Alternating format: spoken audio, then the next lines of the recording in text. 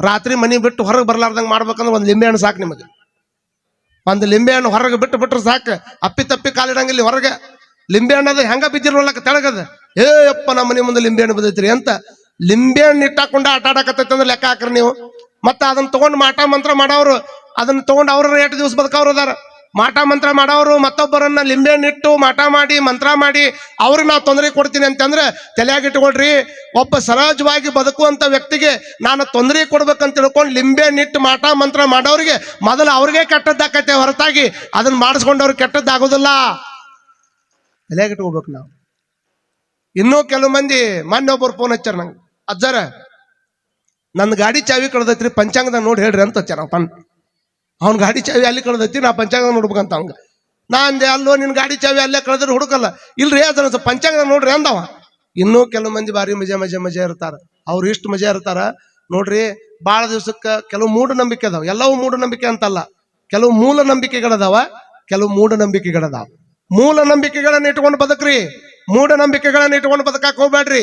ಈಗ ನೋಡ್ರಿ, ಮನಿ ಒಳಗ ಒಂದು ಭಾಳ ದಿವ್ಸಕ್ಕೆ ಮನಿ ಕದ ತೆಗೆದಿರ್ತಾನ, ಒಟ್ಟ ಮನಿ ಒಳಗೆ ಹೋಗಿರಂಗಿಲ್ಲ. ಮನಿ ಒಳಗೆ ಹೋಗ್ಲಾರ್ದಂತ ಟೈಮ್ದೊಳಗೆ ಅಲ್ಲಿ ಭಾಳ ದಿವ್ಸಕ್ಕೆ ಕದ ತೆಗೆದ್ಬಿಡ್ಲೆ ಒಂದು ಹಲ್ಲಿ ಮೈ ಮೇಲೆ ಬೀಳ್ತೈತಿ. ಪಟ್ನ ಫೋನ್ ಹಚ್ತಾನ, ನೋಡ್ರಿ ಅಜ್ಜಾರ ಹಲ್ಲಿ ಮೈ ಮೇಲೆ ಬಿದ್ದೈತಿ, ಏನ್ ಮಾಡ್ಬೇಕು? ನಾ ಅಂದೆ ಹಲ್ಲಿ ನಿನ್ ಮೇಲೆ ಬಿದ್ದೈತೋ, ನೀ ಹಲ್ಲಿ ಮೇಲೆ ಬಿದ್ದಿ ಅಂತ ಕೇಳಿದ್ ನಾನು. ಇಲ್ರಿ ನನ್ನ ಮೇಲೆ ಬಿದ್ದೈತಿ ಅಂದವ.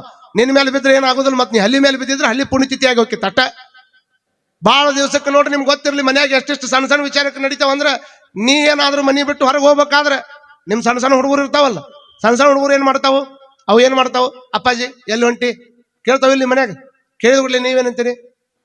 ನಿಮ್ಮ ಮನ್ಯಾಗ ಮಕ್ಕಳು ಹಿಂಗೆ ಕೇಳಿದ್ರೆ ಏನಂತೀರ? ಇವ ನಾನು ಎಲ್ಲರ ಹೊಂಟಾಗ ಅಡ್ಡ ಬಾಯಿ ಹಾಕ್ಬೇಡ ಅಂತ ಹೇಳಿಲ್ಲ ನಿನಗೆ? ಬೆಕ್ಕ ಬಂದಂಗೆ ಬರ್ತೀಯಲ್ಲೇ, ಯಾವಾಗ ನೋಡಿದ್ರೆ ಬರೀ ಅಡ್ಡ ಬಾಯಿ ಹಾಕ್ತಿದಿ ಅಂತ ತಿಳ್ಕೊಂಡು ಅಂತಾರಿಲ್ಲ. ಮತ್ತ ಮನ್ಯಾಗ ಮಗ ಎಲ್ಲಿ ಹೊಂಟಿ ಅಂತ ಕೇಳಿದ್ರೆ ಅಡ್ಡ ಬಾಯಿ ಹಾಕ್ಬೇಡ, ಅಡ್ಡ ಬೆಕ್ಕ ಬಂದಂಗೆ ಬರಬೇಡ ಅಂತ ಇಲ್ಲಿ ಹೇಳ್ತಿದ್ದಿ. ಮತ್ತು ಬಸ್ನ್ಯಾಗ ಕುತ್ಕೊಂಡು ಟಿಕೆಟ್ ತಗೊಳಕಂತ ಬಂದಾಗ ಕಂಡಕ್ಟರ್ ಯಾವ ಊರಂತ ಕೇಳಿಲ್ಲ, ಇನ್ನು ಅವ್ನ ಕೈಯಾಗ ರೊಕ್ಕ ಕೊಟ್ಟು ಇಂತಲ್ಲೇ ಹೊಂಟಿನಂತ ಅಲ್ಲೇ ಕೇಳಕತ್ತೀಯಪ್ಪ. ಮತ್ತ ಇಲ್ಲಿ ಯಾರು ಕೇಳಿದ್ರ ನೀನು ಎಲ್ಲಿ ಹೊಂಟಿ ಅಂತೇಳಿ? ಅವ ಕೇಳಿದ್ರೆ ರೊಕ್ಕ ಕೊಟ್ಟು ಇಂತಲ್ಲೇ ಹೊಂಟಿ ಅಂತ ಹೇಳ್ತಿದ್ದಿ, ಮಗ ಕೇಳಿದ್ರ ಅಡ್ಡ ಬಾಯಿ ಹಾಕ್ಬೇಡ ಅಂತ ಹೇಳ್ತಾರೆ. ಆದ್ರೆ ಸಂಘದವರು ಅದನ್ನ ಬೇಜಾರಂತರ ತಿಳ್ಕೊಡ್ರಿ, ಚಲೋ ಅಂತರ ತಿಳ್ಕೊಡ್ರಿ. ಒಂದು ಮಾತನ್ನ ಕಟ್ಟೋ ಅದ್ರ ಸಹಿತ ನಿಮಗೆ ಹೇಳಬೇಕಾಗ್ತದ. ನೋಡ್ರಿ, ಇಷ್ಟ ವಿಚಾರ ಮಾಡ್ಕೊಡ್ರಿ. ಸಮಾಜದೊಳಗೆ ನಾವು ಹೋಗುವಂತ ದಾರಿ ಒಳಗೆ ಬೆಕ್ಕ ಬಂದ್ರೆ ಅಡ್ಡ ಬಂತ್ರಿ ಅಪಶುಕನ ಅಂತ ಕರಿತೀವಿ. ಅಡ್ಡ ಬಂದ್ ಒಂದೇ ಒಂದು ಕಾರಣಕ್ಕ ನಾವು ಹೋಗುವಂತ ದಾರಿ ಒಳಗ ಬೆಕ್ಕ ಅಡ್ಡ ಬಂದಿದ್ದಕ್ಕೆ ಅದು ಅಪಶುಕನ ಹಾಕದ ಅಂತ ಅನ್ನೋದಾದ್ರೆ, ಮತ್ತೆ ಕೆಲವು ಮಂದಿ ಅಡ್ಡ ದಾರಿ ಹಿಡ್ಕೊಂಡು ಸಂಪತ್ತು ಗಳಿಸಿರ್ತಾರ, ಅವ್ರ ಹೆಂಗ್ ಶ್ರೀಮಂತರಕಾರ? ನನ್ನ ಪ್ರಶ್ನೆ ಐತಿ. ಅಡ್ಡ ಬಂದಿದ್ದು ಅಪಶುಕನ ಅನ್ನೋದಾದ್ರ, ಅಡ್ಡ ದಾರಿ ಹಿಡ್ಕೊಂಡು ಸಂಪತ್ತು ಗಳಿಸ್ಕೊಂಡು ಅವ ಶ್ರೀಮಂತ ಹೆಂಗಕ್ಕನ? ಅಡ್ಡ ಬಂದಿದ್ದು ಅಪಶುಕನ ಅನ್ನೋದಾದ್ರ, ಅಡ್ಡ ದಾರಿಯಿಂದ ಬಂದಿದ್ದು ಅಪಶುಕನ ಆಗಬೇಕು, ಅದು ಸಂಪತ್ತು ಆಗಬಾರದು. ನಾವು ವಿಚಾರ ಮಾಡ್ಕೊಳ್ಬೇಕು. ನಿಜವಾದ ಸಮಾಜದ ಅಡ್ಡ ಬೆಕ್ಕ ಯಾರು ಅಂದ್ರೆ ಆ ಪ್ರಾಣಿ ಅಲ್ಲ. ಪ್ರಾಣಿ ಏನ್ರಿ ನಮ್ಮಂಗ ಅದು ಬದುಕ್ತದ. ಅದು ಬದುಕುವಂತ ಟೈಮ್ದೊಳಗ ಅದು ನಮ್ಮನ್ನ ನೋಡಿ ಅದು ಅಡ್ಡು ಹೊಂಟಿರ್ತದ. ಅದಕ್ಕೆ ನಾವು ಅಡ್ಡಾಗಿರ್ತೀವಲ್ಲ, ಅದನ್ನ ಯಾರು ವಿಚಾರ ಮಾಡ್ತಾರ? ವಿಚಾರ ಮಾಡ್ಕೊಡ್ರಿ. ಯಾರು ನಿಜವಾದ ಅಡ್ಡ ಬೇಕು ಅಂದ್ರೆ, ಊರಾಗ ಒಳ್ಳೆ ಕೆಲಸ ನಡೆದಾಗ, ಊರಾಗ ಬಹಳ ಚಲೋ ಎಲ್ಲಾರು ಕೂಡಿ ಕೆಲಸ ಮಾಡುವಂತ ಟೈಮ್ದೊಳಗ ಈ ಕೆಲಸಕ್ಕೆ ಒಂದಿಷ್ಟು ಕಲ್ಲು ಹಾಕಿ ಏನಾದ್ರೂ ಅಭಿವೃದ್ಧಿ ನಡೆದಾಗ ಇದಕ್ಕೆ ನನ್ನ ತಕರಾರು ಐತೆ ಅಂತ ತಿಳ್ಕೊಂಡು ಯಾರು ಅಡ್ಡ ಮಾಡ್ತಾರಲ್ಲ, ಒಳ್ಳೆ ಕೆಲಸಕ್ಕೆ ಅಡ್ಡ ಮಾಡವ್ರ ಸಮಾಜದ ಅಡ್ಡ ಬೇಕು ಅನ್ನುವಂಥದ್ದನ್ನ ನಾವೆಲ್ಲರೂ ತಲೆಯಾಗಿಟ್ಕೊಳ್ಬೇಕು. ನೀವು ತಲೆಯಾಗಿಟ್ಕೊಳ್ರಿ. ಆ ಕಡೆ ಕುಂತವ್ರು ಟೊಪಿಗೆ ಅಣ್ಣಗಳ, ನೀವು ಏನಾದ್ರೂ ಅಭಿವೃದ್ಧಿ ಮಾಡೋ ಮುಂದೆ ನಂದು ತಕರಾರು ಐತೆ ಅಂತ ಯಾವನಾರು ಬಂದ್ರೆ ಮನಕ್ವಾಡ ಸ್ವಾಮಿಗಳು ಹೇಳ್ಯಾರ ಅಡ್ಡ ಬೇಕಂತ ಹೇಳ್ಯಾರ ನೋಡಂತ ಅನ್ನಬೇಕು ಅವ್ರಿಗೆ. ಕಾರಣ ಅಡ್ಡ ಮಾಡೋರು, ಅಡ್ಡ ದಾರಿ ಹಿಡಿಯೋರು ಅಡ್ಡ ಬೆಕ್ಕಾರೆ ಹೊರತಾಗಿ ಅಡ್ಡ ಬಂದಿದ್ದು ಬೆಕ್ಕ ಹೆಂಗ ಅಡ್ಡ ಆಕೈತ್ರಿ? ಇದನ್ನ ಸಮಾಜದೊಳಗಿರುವಂತ ಮೂಢನಂಬಿಕೆಗಳನ್ನ ಕರೀದಕ್ಕಾಗಿನೇ ಇಂಥವ್ರ ಮಕ ನೋಡಿದ್ರೆ ನಾವು ಅಪಶಕನ ಆಕೈತಿ, ಹಂಗ ಹಿಂಗ ಅಂತ ತಿಳ್ಕೊಂಡು ಏನ್ ಮಂದಿ ಮಾತಾಡ್ತಿದ್ರಲ್ಲ. ಹಾಗಾಗಿ ಅನುಭವ ಮಂಟಪಕ್ಕೆ ಬರುವವರು, ಮಹಾಮನೆಯವರೆಗೆ ಬರೋವರು ಎಲ್ಲರೂ ಯಾರ ಮಕ ನೋಡ್ಕೊಂಡ್ ಬರ್ಬೇಕಾಗಿತ್ತು? ಹಡಪದ ಅಪ್ಪಣ್ಣನವರ ಮಕ ನೋಡ್ಕೊಂಡ್ ಬರ್ಬೇಕಾಗಿತ್ತು. ಹಡಪದ ಅಪ್ಪಣ್ಣನವರ ಮಕ ನೋಡ್ಕೊಂಡು ಅವರೆಲ್ಲರೂ ಒಳಗೆ ಬರ್ಬೇಕಾಗಿತ್ತು. ಅವ್ರನ್ನ ಭೇಟಿಯಾಗಿ ಆಮೇಲೆ ಬಸವಣ್ಣನವ್ರು ಭೇಟಿ ಆಗ್ಬೇಕಾಗಿತ್ತು. ಕಾರಣ ಅಪ್ಪ ಬಸವಣ್ಣನವ್ರಿಗೊಂದು ದೊಡ್ಡ ದೂರ ಚಿಂತನೆ ಅಂತಂದ್ರೆ, ಯಾರೇ ಬಂದ್ರು ಸಹಿತ ಸಮಾಜದೊಳಗಿಂತ ಭೇದ ಭಾವ ಉಳಿಬಾರದು ಅನ್ನೋ ಕಾರಣಕ್ಕೆ ತಮ್ಮ ಆಪ್ತ ಕಾರ್ಯದರ್ಶಿಯನ್ನಾಗಿ ಹಡಪದ ಅಪ್ಪಣ್ಣನವರನ್ನೇ ಅವರು ಸ್ವೀಕಾರ ಮಾಡಿಕೊಂಡು ಅವ್ರ ಕೈಯಾಗಿ ಜವಾಬ್ದಾರಿ ಕೊಟ್ಟಿದ್ರು. ಪೂಜೆ ಮಾಡುವಂತಹ ವ್ಯಕ್ತಿ ಬಸವಣ್ಣನವರು ಕಂಡು ಹಡಪದ ಅಪ್ಪಣ್ಣನವರು ಹೊರಗೆ ಬಂದಿರತಕ್ಕಂಥ ಪ್ರಭುದೇವರನ್ನ ನೋಡಿ ಓಡಿ ಬಂದಂತಾರ, ದೇವದೇವ ಮಹಾಪ್ರಸಾದಿ, ದೇವದೇವ ಮಹಾಪ್ರಸಾದಿ. ಎಂತ ಅದ್ಭುತ ವ್ಯಕ್ತಿ ಬಂದನಪ್ಪ, ಕಣ್ಣು ತರದು ನೋಡು ಬಸವಣ್ಣ, ಎಂತ ಅದ್ಭುತ ವ್ಯಕ್ತಿ ಬಂದನಂತ ಮಾಡಿ ನೀನು. ದೇವದೇವ ಮಹಾಪ್ರಸಾದಿ, ಕಾಲಿಲ್ಲದ ಗಮನ, ಕೈ ಇಲ್ಲದ ಸೊಂಕು, ನುಡಿ ಇಲ್ಲದ ಕಡೆ, ನಡೆ ಇಲ್ಲದ ಕಡೆ, ಇದೆಂತ ಸುಡಿಯಂತಯ್ಯ, ಎಂತ ಅದ್ಭುತವಾಗಿರ್ತಕ್ಕಂಥ ವ್ಯಕ್ತಿ ಬಂದನಪ್ಪ. ಏನ್ ಅವನು ನೋಡಿದ್ರೆ ಅವನು ನಡೆ ಗೊತ್ತಾಗ್ತಾ ಇಲ್ಲ, ಅವನು ನುಡಿ ಗೊತ್ತಾಗ್ತಾ ಇಲ್ಲ. ಇದೆಂತ ನಿಲುವೆಂದರೆ ಮರುಳಿಲ್ಲದ ಮರಳು, ಮರುಳಿಲ್ಲದ ಮರಳು, ಅರಿವಿಲ್ಲದ ಅರಿವು, ಬಸವಪ್ರಿಯ ಕೂಡಲ ಚನ್ನ ಸಂಗಯ್ಯನ ಬರು ಕೌತಿಕವಾಯಿತಯ್ಯ. ಅಂತ ವ್ಯಕ್ತಿ ಬಂದಾನ, ಅದನ್ನ ನೋಡಿ ನನಗೆ ಬಹಳ ಕೌತಿಕ ಆಗಕತ್ತದ. ಹಾಗಾಗಿ ಅಂತ ವ್ಯಕ್ತಿ ಬಂದಾನಂತ ಹೋಗಿ ತಿಳಿಸಿದ್ರು ನೋಡ್ರಿ. ಅಪ್ಪ ಬಸವಣ್ಣನವ್ರು ಲಿಂಗ ಪೂಜೆ ಮಾಡಾಕತ್ತಿದ್ರು. ಲಿಂಗಾರ್ಚನೆಯೇ ಪರಮ ಸುಖ ಅನ್ನುವಂತ ಭಾವನಾದೊಳಗೆ ವಿಚಾರ ಮಾಡ್ಕೊಂಡು ಪರಮಾತ್ಮ ಬಸವಣ್ಣನವರು ಲಿಂಗ ಪೂಜೆ ಮಾಡುವಂತ ಟೈಮ್ದೊಳಗೆ ಎದ್ದು ಬಂದು ಅವ್ರನ್ನ ಸ್ವಾಗತ ಮಾಡ್ಬೇಕಾಗಿತ್ತು, ಎದ್ದು ಬಂದು ಅವ್ರನ್ನ ಕರಿಬೇಕಾಗಿತ್ತು. ಅವ್ರ ಮನೆಗೆ ಬಂದಾರಲ್ಲ, ಕರಿಬೇಕಾಗಿತ್ತು. ಅದಕ್ಕೆ ಅವ್ರು ಹೇಳ್ತಾರ, ಎನ್ನ ಕಾಯವೇ ಭಕ್ತ, ಎನ್ನ ಕಾಯವೇ ಭಕ್ತ, ಪ್ರಾಣವೇ ಲಿಂಗವಾಗಿರುವಾಗ ಅವ್ರನ್ನ ಹೋಗಿ ಸ್ವಾಗತ ಮಾಡುವಂತದ್ರಾಗ ಏನೈತಪ್ಪ, ಇದ್ರೊಳಗೆ ನಂದು ಅನ್ನೋದು ಏನೈತಿ? ನಾನು ಈ ಮನೆಯೊಳಗೆ ಕಾಯುವಂತ ಒಬ್ಬ ಆಳ್ಮಗ ಇದ್ದಂಗ, ಆಳ್ಮಗ ಆಗಿರ್ತಕ್ಕಂಥ ನಾನು ಅವ್ರು ಕರಿಬೇಕಂತ ಯಾಕೆ ಅನ್ಕೋಬೇಕು? ಅವರ ದೊಡ್ಡವ್ರು ಅದಾರಲ್ಲ, ಬೇಕಾದಷ್ಟು ದೊಡ್ಡವ್ರು, ಅವರ ಒಡೆಯರಾಗಿರ್ಬೇಕಾದ್ರೆ ನಾನು ಆಳ್ಮಗನ ಕೇಳಿ ಬರ್ಬೇಕಂತ ಅವ್ರು ಯಾಕೆ ಅನ್ನಕತ್ತಾರ? ಹೇಗಾದ್ರು ಮಾಡಿ ಕರ್ಕೊಂಬ ಅಂತ ತಿಳ್ಕೊಂಡು ಮತ್ತೆ ಕಳಿಸ್ತಾರ ನೋಡ್ರಿ. ಹಿಂಗೆ ಕಳಿಸಿದ ಕೂಡಲೇ ಮತ್ತೆ ಬಂದು ಪ್ರಭುವಿಗೆ ಭಿನ್ನವಿಟ್ಟು, ಇಲ್ಲ ನೀವು ಒಳಗೆ ಬರಬೇಕು ಅಂತ ತಿಳ್ಕೊಂಡು ಅವಾಗ ಹೇಳಿದ್ರು ಸಹಿತ ಅವ್ರು ಬರುದಿಲ್ಲ.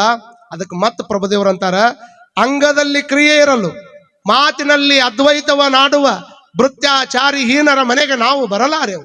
ಬರೇ ಮಾತಿನೊಳಗೆ ಅಟ್ಟ ಐತಿ, ಒಂದು ಅಂಗದೊಳಗೆ ಬೇರೆ ಐತಿ, ಮಾತಿನೊಳಗೆ ಬೇರೆ ಐತಿ.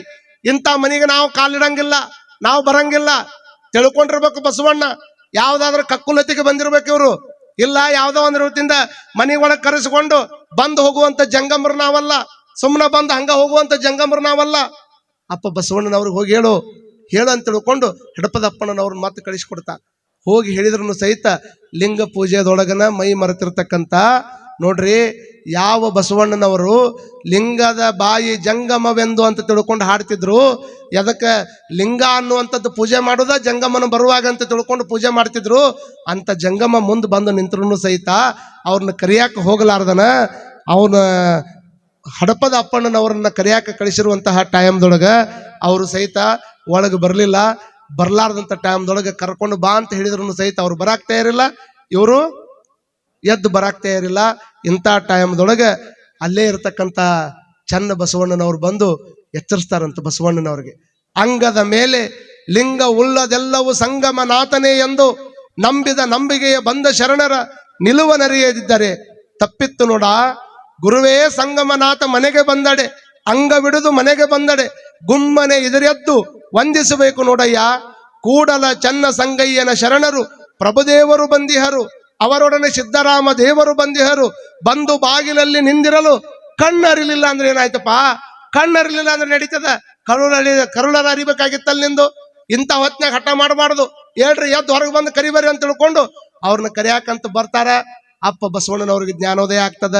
ಜ್ಞಾನೋದಯ ಆಗಿ ಇಂಥ ಮಹಾತ್ಮರು ಹೊರಗೆ ಬಂದು ನಿಂತಾರಂದ್ರೆ ತಡ ಮಾಡೋದು ಬೇಡ ಅಂತ ತಿಳ್ಕೊಂಡು ಲಿಂಗ ಪೂಜೆಯಿಂದ ಎದ್ದು ಹೊರಗೆ ಬಂದ ಕೂಡಲೇನ ಅಪ್ಪ ಬಸವಣ್ಣನವರು ವಾದಕ್ಕೆ ಹೋಗಿರ್ಲಿಲ್ಲ, ವಾದ ಮಾಡುವಂತ ಪ್ರಯತ್ನ ಮಾಡ್ತಿರ್ಲಿಲ್ಲ. ಯಾಕಂದ್ರೆ ಅವ್ರು ಭೃತ್ಯಾಚಾರಿ ಆಗಿದ್ರು.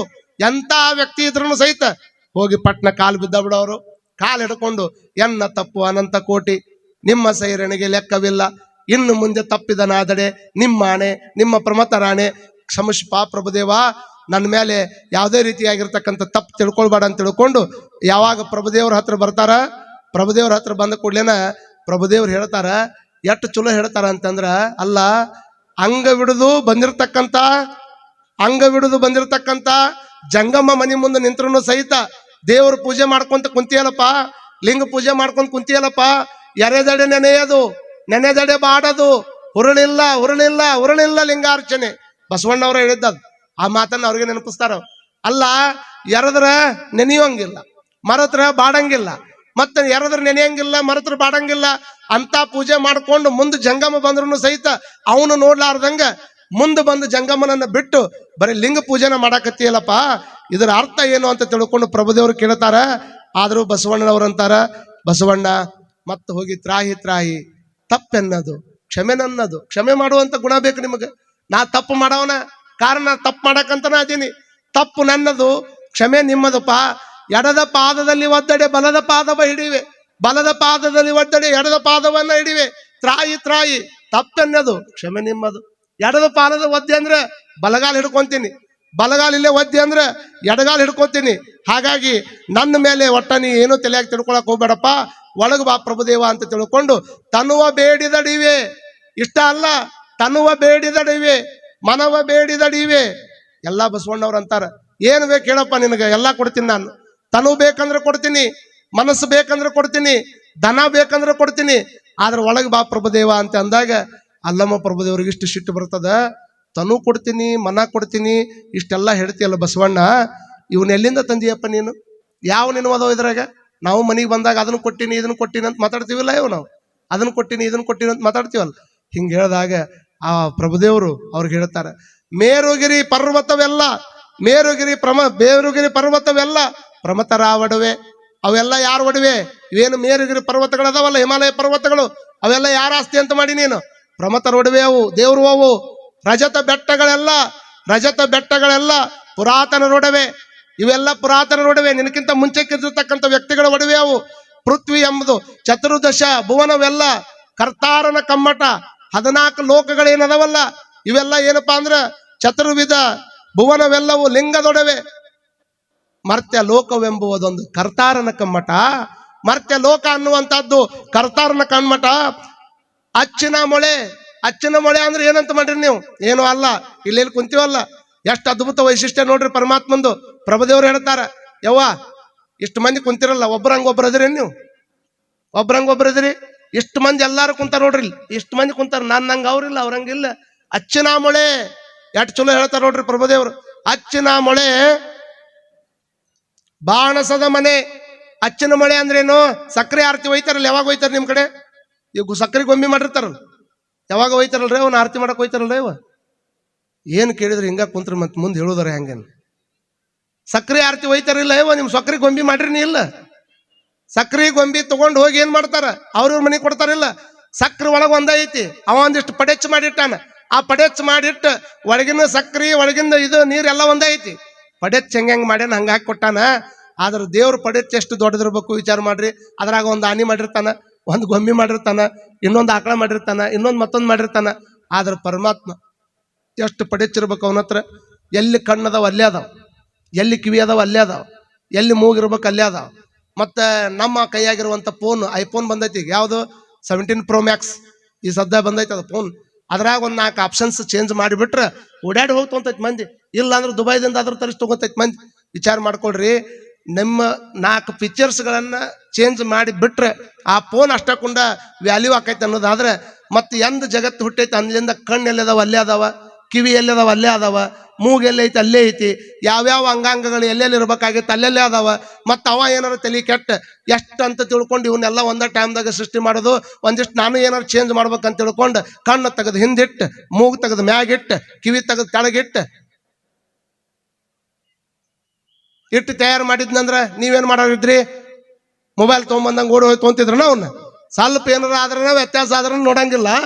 ಆದ್ರೆ ವಿಚಾರ ಮಾಡ್ಕೊಡ್ರಿ, ಕಣ್ಣೆಲ್ಲ ಅದಾವ ಅಲ್ಲೇ ಅದಾವ, ಕಿವಿ ಎಲ್ಲೈತಿ ಅಲ್ಲೇ ಐತಿ, ಯಾವ್ಯಾವ ಅಂಗಾಂಗಗಳು ಎಲ್ಲೆಲ್ಲಿ ಇರ್ಬೇಕಾಗಿತ್ತು ಅಲ್ಲೆಲ್ಲೇ ಅದಾವ. ಆದರೂ ಸಹಿತ ಒಂದು ನೋಡಿದ್ರೆ ಇನ್ನೊಂದು ನೋಡ್ದಂಗೆ ಆಗೋದಲ್ಲ. ಇಷ್ಟಾಕುಂಡ ಪಡೆಚ್ಚನ್ನ ಸೃಷ್ಟಿ ಮಾಡಿ ನಮ್ಮನ್ನು ಭೂಮಿಗೆ ತಂದು ಬಿಟ್ಟಾನಲ್ಲ ಪರಮಾತ್ಮ, ಅವಂಗೊಂದು ಟ್ಯಾಂಕ್ಸ್ ಹೇಳ್ಬೇಕು ನಾವು. ಎಲ್ಲರಿಗೂ ಗೊತ್ತಿರಲಿ ನಿಮಗೆ, ಹೆಬ್ಬಟ್ಟು ಎದಕ್ ತೊಂತಾರ್ರಿ? ಎದಕ್ ತೊಂತಾರ? ಹೆಬ್ಬಟ್ಟು ಎದಕ್ ತೊಂತಾರ? ಸಹಿ ತೊಂತಾರಿಲ್ಲ, ಚಲೋ ಸಿಗ್ನೇಚರ್ ಸಹಿ ಹಾಕ್ತಾರ ನೀವು. ಆದ್ರೆ ಹೆಬ್ಬಟ್ಟ ಯಾಕೆ ಇಡ್ತಾರ ನಿಮ್ಗೆ? ಹೆಬ್ಬಟ್ಟು ಯಾಕೆ ತಗೋತಾರ ಅಂತಂದ್ರೆ ಗೊತ್ತಿರಲಿ ನಿಮಗೆ. ಪ್ರಪಂಚದ ತುಂಬ 820 ಕೋಟಿ ಜನಸಂಖ್ಯೆ ಜಾಸ್ತಿ ಐತಿ ಪ್ರಪಂಚದ ತುಂಬನ. ಆಲ್ ಓವರ್ ವರ್ಲ್ಡ್ನೊಳಗೆ 820 ಕೋಟಿಗೆ ಒಂದು ವರದಿ ಪ್ರಕಾರ 820 ಕೋಟಿ ಜನಸಂಖ್ಯೆ ದಾಟೈತಿ. ನಾ ಇಲ್ಲಿ ಮಾತಾಡಕತ್ತೀನಿ, ಇನ್ನೂ ಹುಟ್ಟವ್ರು ಇರ್ತಾರ, ಸಾಯೋರು ಇರ್ತಾರ. ವಿಚಾರ ಮಾಡ್ರಿ, ಪ್ರಪಂಚದೊಳಗಿರ್ತಕ್ಕಂಥ 820 ಕೋಟಿ ಜನಗಳ ಹೆಬ್ಬಟ್ಟನ್ನು ಒಂದೇ ಕಡೆ ಕೊಡಿಸಿದ್ರೆ ಒಬ್ಬರು ಹೆಬ್ಬಟ್ಟಿನಂಗೆ ಇನ್ನೊಬ್ಬರು ಹೆಬ್ಬಟ್ಟಿಲ್ಲ. ಅದಕ್ಕಾಗಿ ಪರಮಾತ್ಮ ಹೆಬ್ಬಟ್ಟಿಗೆ ಎಷ್ಟು ಕಿಮ್ಮತ್ತು ಕೊಟ್ಟಾನಂದ್ರೆ, ನಾವು ಸಹಿ ಪೋರ್ಜುಗರಿ ಮಾಡಕ್ ಬರ್ತದ, ನಮ್ಮ ಹೆಬ್ಬಟ್ಟು ಪೋರ್ಜುಗರಿ ಯಾರಿಗೂ ಮಾಡಕ್ ಬರಂಗಿಲ್ಲ. ಇಂಥದ್ದೊಂದು ಹೆಬ್ಬಟ್ಟಿನೊಳಗೆ ಅಂಥದ್ದೊಂದು ದೊಡ್ಡ ತಾಕತ್ತಿಟ್ಟು ನಮ್ಮ ಭೂಮಿ ಮ್ಯಾಗ ಕಳಿಸ್ಯಾನಂದ್ರೆ ಅವ ಎಷ್ಟು ದೊಡ್ಡ ಆತಿರ್ಬೇಕ್ರಿ.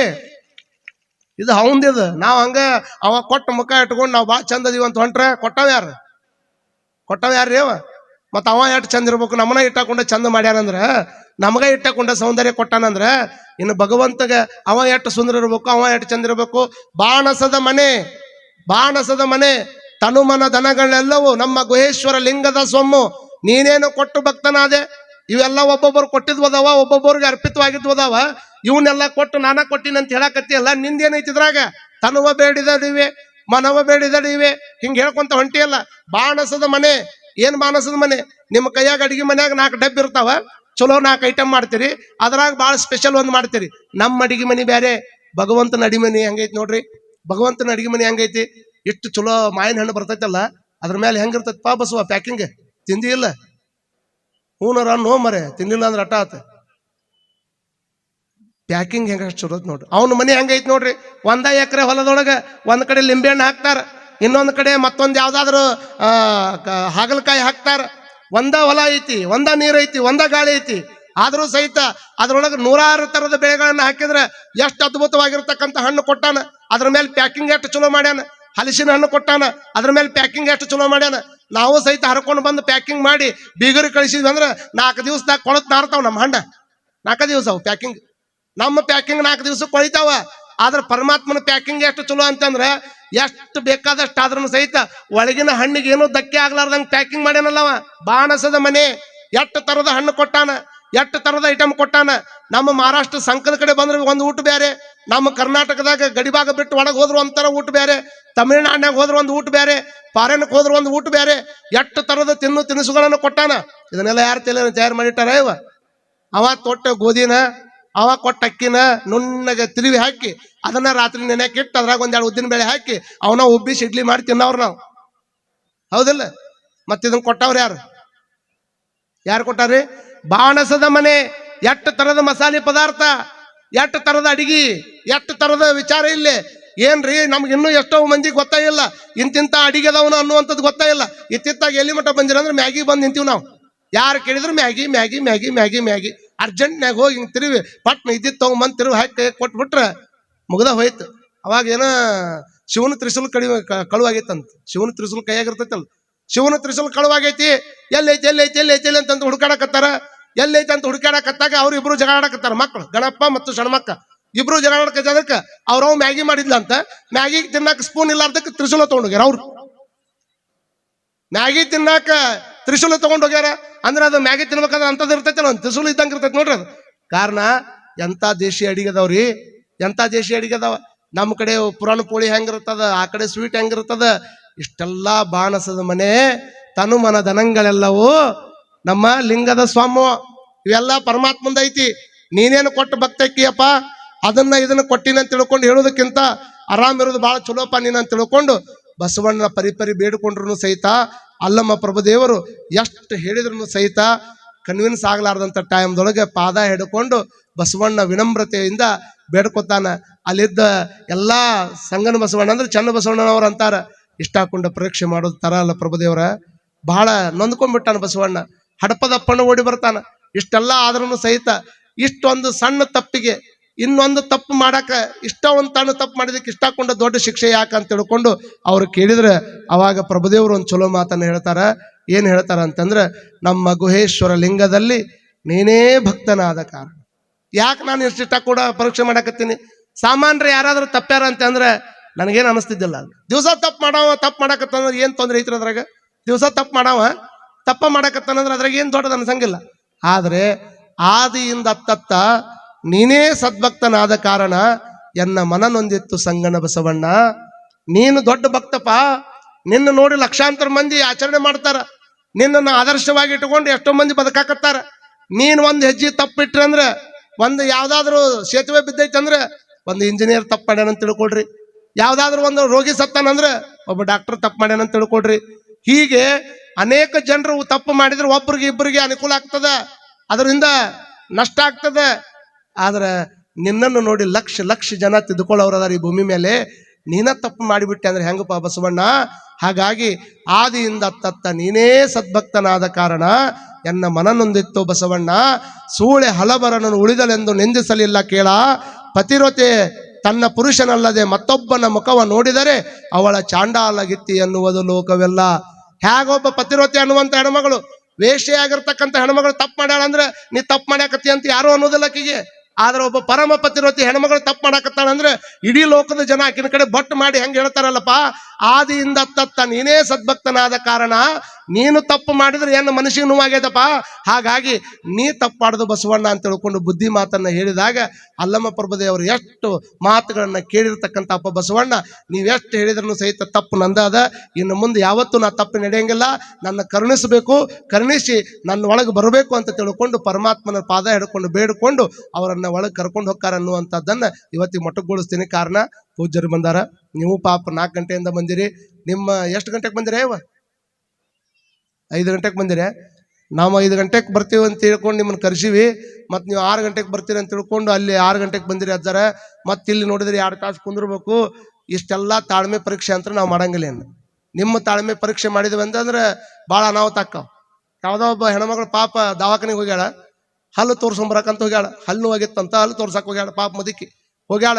ಅವ ಡಾಕ್ಟ್ರೇ ಹಲ್ಲು ನೋಡ್ಬೇಕಲ್ಲ, ಸ್ವಲ್ಪ ಬಾಯಿ ತೆರಿಯಮ್ಮ ಅನ್ಲಿಕ್ಕೆ, ಬಾಯಿ ತೆರಿಯಮ್ಮ ಅಂದ ಕೂಡಲೇನ ಆಕಿ ಒಂದು ಸ್ವಲ್ಪ ಬಾಯಿ ತೆರೆದಾಳ. ಹಿಂಗೆ ಬಾಯಿ ತೆರೆದ ಕೂಡಲೇನ ಮತ್ತೆ ಅವ ಡಾಕ್ಟರ್ ನೋಡವ ಸುಮ್ಮನೆ ಇರ್ಬೇಕಿಲ್ಲ, ಇನ್ನೊಂದು ಸ್ವಲ್ಪ ಬಾಯಿ ತೆರಿ ಅಂದವ.